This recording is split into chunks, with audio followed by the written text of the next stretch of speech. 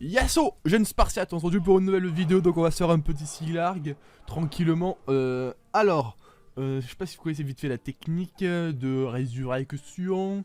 Donc quand vous allez tuer un mob, il va réapparaître à la prochaine entité, enfin au prochain mob qui a après lui quoi. Et il va se faire apparaître avec un truc comme 20% de ses PV. Il va apparaître à droite de lui et après ça va tourner dans le sens d'une montre, tu vois ce que je veux dire? Voilà. Et s'il n'y a pas la place, il y a une entité, il va se réapparaître au plus près. Bon après on s'en fout un peu mais c'était vite fait pour que tu saches comment ça va réapparaître à peu près, à quelque chose près. Donc ce que je vais faire c'est que je vais directement mettre un tonneau histoire de tuer en T1 un petit mob, hein, histoire de prendre l'avantage. En plus je fais le sale anacroate, donc faites attention au positionnement, de pas rester à côté d'un allié. Je vais placer un portail et je vais le tuer direct, hein.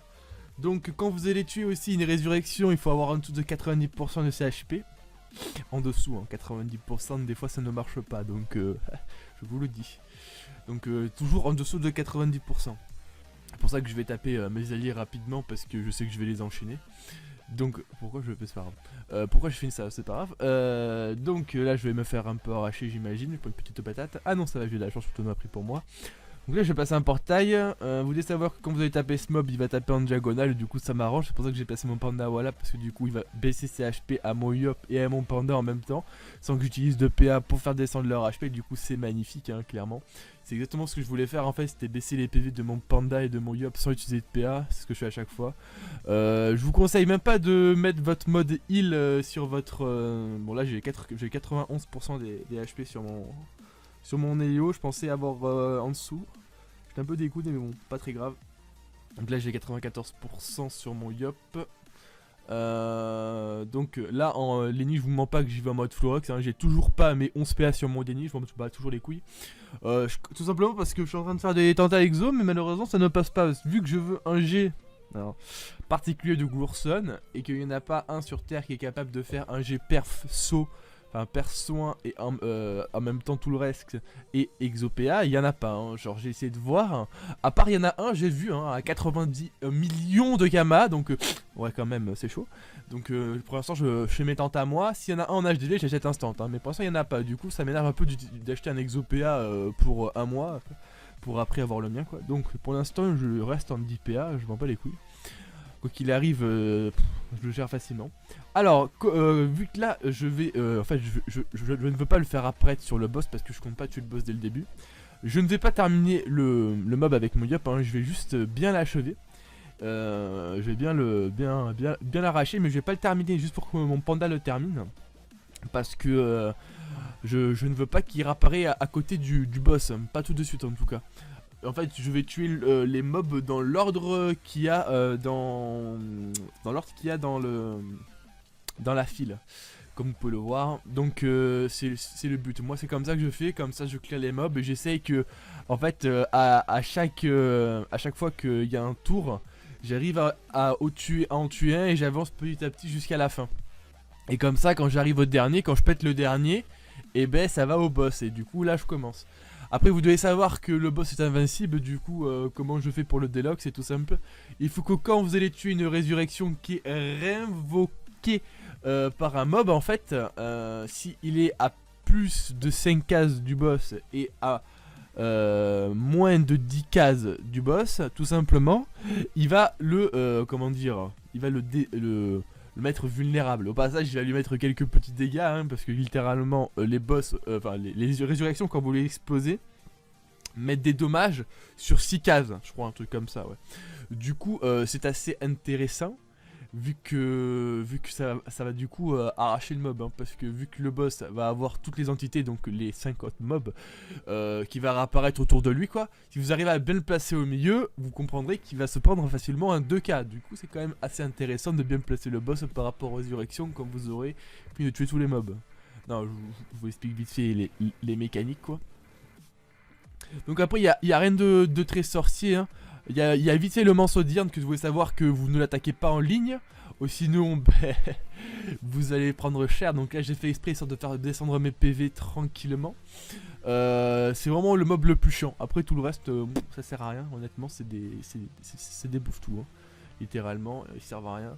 Donc là je vais essayer de prendre la ligne, je pense, avec mon yop. Je pense. Là je vais vite fait heal mon yop parce qu'il est un peu trop bas. Mais quoi qu'il arrive, c'est un donjon tellement simple, vous pouvez perdre un perso, même 2 persos, ça passe quand même. Hein. Quoi qu'il arrive, là juste vous bourrinez. Genre juste vous bourrinez. Vous bourrinez pour que les mobs disparaissent le plus rapidement possible. Après une fois que ça c'est fait, honnêtement, c'est juste du placement. Attendre et tuer les mobs. Une fois que vous avez fait ça, vous attendez que le boss arrive. Moi là je sais que je le tempo, je mets la corrupte, tout ça, je gagne du temps sur mon côté droit, en attendant que je tue les mobs sur le côté gauche. Et une fois que ça c'est fait, c'est bon quoi, genre vous passez à autre chose quoi. Parce que honnêtement c'est très simple.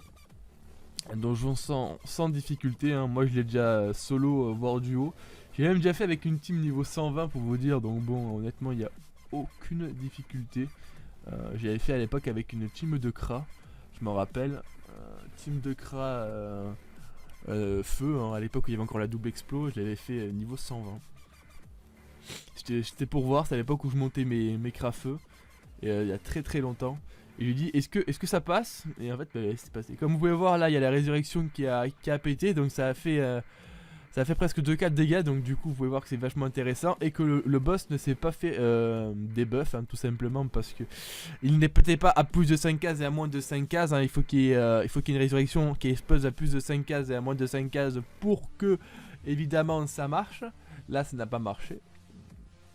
Donc là comment ça marche? En fait tout simplement quand le mob a voulu se faire réinvoquer en fait à 6 cases. Il a essayé de le réinvoquer là, mais ça n'a pas marché vu qu'il n'y a pas de case. Après il a essayé de le réinvoquer là, parce qu'au bout du compte il a été de le mettre là. Pareil pour celui-là, il a essayé de le mettre là, mais ça n'a pas marché, du coup il a mis là, jusqu'à ici. Donc vous pouvez voir, donc là j'imagine que quand je vous dis là, il y aura des petits trucs qui vont apparaître sur l'écran, que j'aurais fait un truc magique et tout. Mais pour l'instant, il n'y a rien.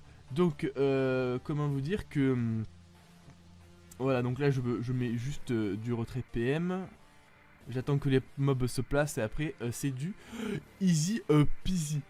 Je ne sais pas si vous avez compris exactement le principe de résurrection, mais en fait c'est un peu particulier. Ça commence par la droite et après ça tourne et à chaque fois ça compte les 6 cases.